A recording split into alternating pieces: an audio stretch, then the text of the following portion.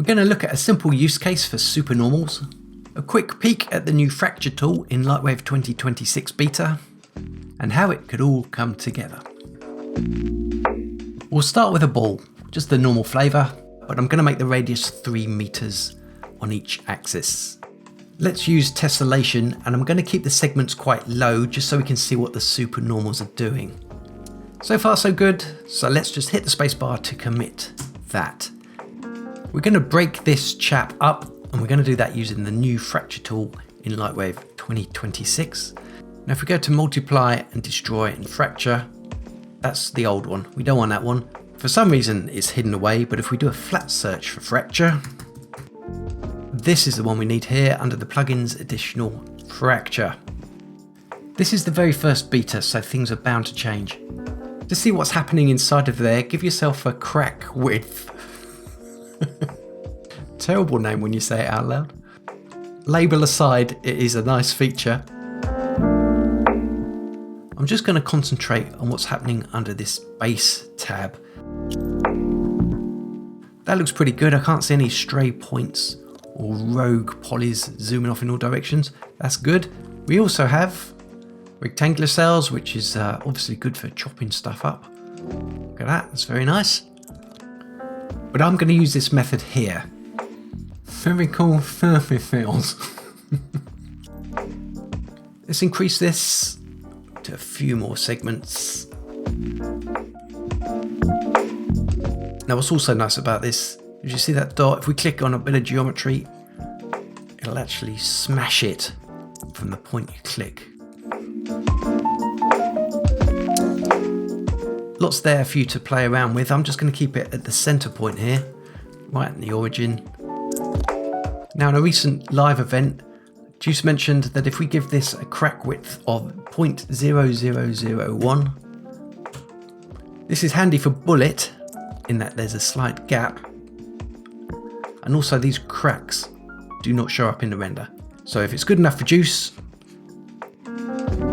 let's hit the spacebar to drop the tool. If we select a piece here, square bracket to join, move that around, you can see we've got a nice piece of shard.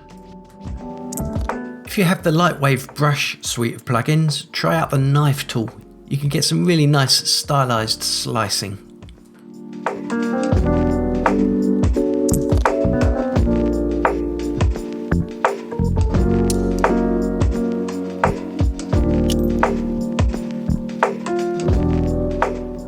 So on the surface, at least, everything looks lovely. However, problems arise when we smooth this out. Now it doesn't matter what level of smoothing threshold is, you're always going to get some nasty faceting, or whatever the phrase is. And this is where supernormals come in. It's also worth pointing out that the fracture here has created its own surface. Let's take a look at smoothing this out. I'm just going to reset this surface. Okay, now I think this is the end of our journey along the beta. I had hoped to stay here, but if we go over to the map tab and press the supernormal buttons, I'm getting this error.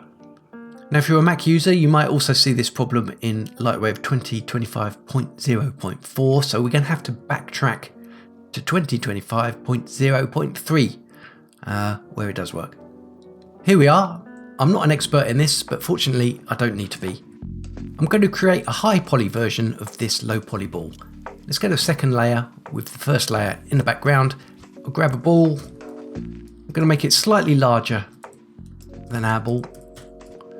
I'm still going to use tessellations, but I'm going to ramp that right up. Now I have a high poly ball, and I'm going to transfer the normals from this onto this. We first need to create a vertex normal map, and we'll do this under the map tab. And firstly we go to down here where it says normal, create new VNM, vertex normal map. I'm assuming that is, let's just call it smooth. That actually hasn't done anything yet. Now making sure our high poly object is in a background layer, we'll select supernormals. Again, there's lots to play and experiment with, But for now, let's go to the vertex normal map and we just want to select the one we've just created, which is the smooth. Edit mode, we want to go to manual. Tool, we want to transfer, which will be background to foreground. We could keep it to points. If we select faces, we could use raycast. We could use both. Now we can't actually see what's going on very well, but while the tool is still selected, if we press F5 to get up the surface editor, this is our low poly surface, the default surface here. Under vertex map, let's select smooth. And straight away, you can see it's having an effect. And we can always come back and replace this setting if we're not happy. Press the spacebar to deselect and we'll send this over to layout. But first I'll name this fractured and the high poly version we'll call high res. Now let's click this little button here so it doesn't get sent to layout.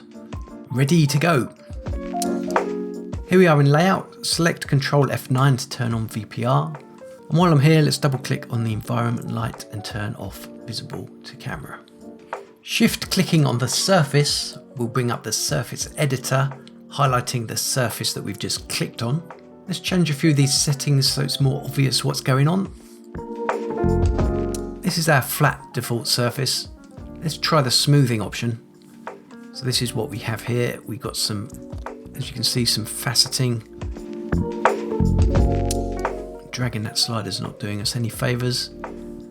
Now if we turn that off and under vertex normal map, select our smooth vertex normal map that we created in Modeler, and you should be able to see that is pretty clean. Let's destroy this. If you're familiar with Bullet, that's certainly one route you can take because it's all ready to go. I want to do something slightly more stylized, so I'm going to use part move. We're going to do this based on the distance between another null. So let's create a new null and we'll call this transition. Just move it out here. Under the appearance, set an item shape. The shape will be a ball.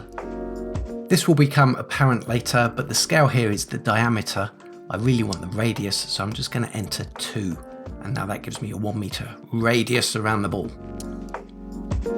Let's leave this as it is for now, and let's go to our soon to be fractured ball.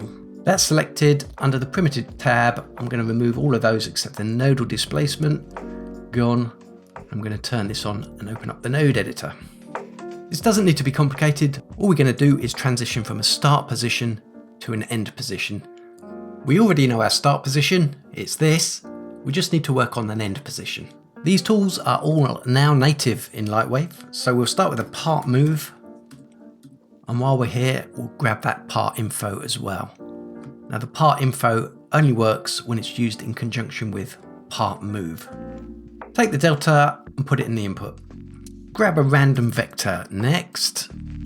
Take the index into the seed and the out into the move. Now we see movement already, which is nice. Now we can change these values to suit. So let's go -2 to 2 meters. -5 works better for this, I think. So now all we need to do is work out how to go from this position to this position. There's a few ways to do this, but we're just going to go for a simple mixer.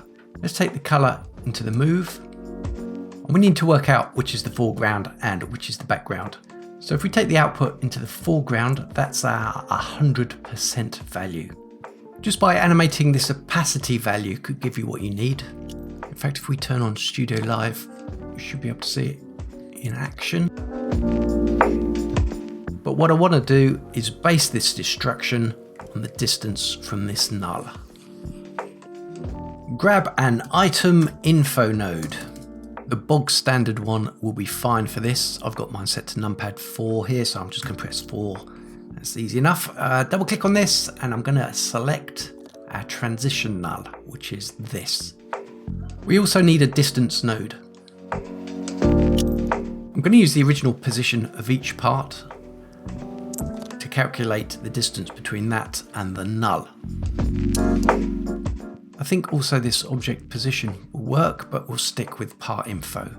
Let's grab a gradient. The distance output can go into the input, and then the color we're going to use will go into the opacity here. Let's open up the gradient, and rather than explain it, I'm just going to leap straight into it.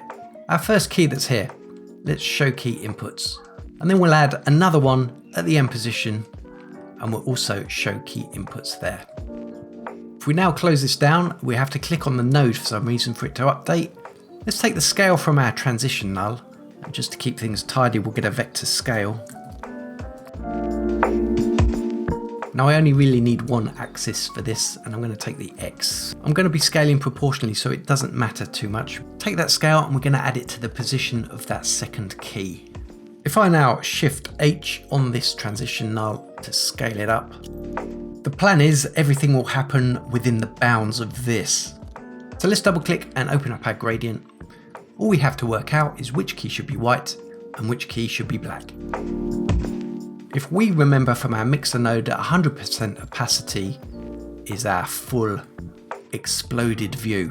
So if we were to make this endpoint white, everything would be exploded. So that's the wrong way round, so that needs to stay black. But this key, that needs to be white. So if we now move this null about, we can see the transition happening.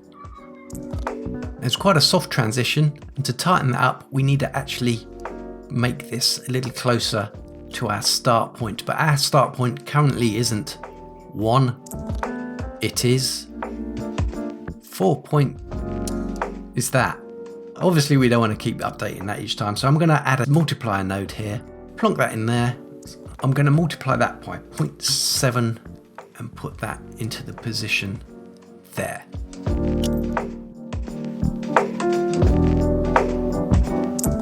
A number closer to 0 will make this a bit smoother. Now we could scale it if you wanted a softer or harsher fall off. A little bit of housekeeping, so I'm going to select these and right mouse click, frame selected.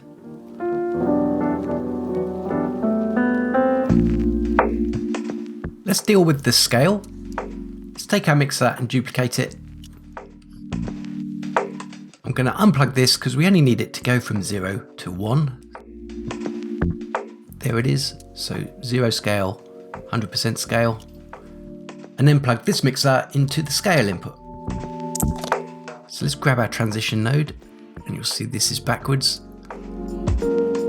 That's a quick fix. Let's just invert the alpha. You could invert the colors, but you don't need to. Here we go. And while I'm here, I'm going to increase this number.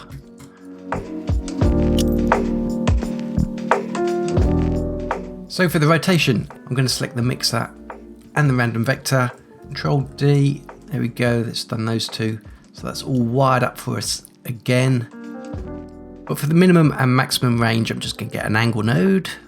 Let's get a sine node as well, because that just cuts down on a little bit of typing. Let's connect this up so we can see what we're doing first. So that goes into the rotation. There we go, you can see it spinning around, but for the angle we only need 180 degrees really. Obviously do it to your choice. So that puts 180 degrees into all three of those channels. And our sine, which will convert our positive to a negative. Close this down so we can see what's going on. And there we go, pretty nice. Now Control F9. I can see some errors in our fracture. Let's quickly fix this. Select the ball, hit F12 and send it off to Modeler. Here we are. Press W on the keyboard to bring up the statistics panel if it's not there already. Press spacebar a couple of times until you get to polygon statistics. Select the fractured surface. And I think I'll just triple it with Shift T. Which I believe is under subdivide triple. Press F12 to update layout, and that's sorted our errors out. So all that remains now is for us to animate the transition.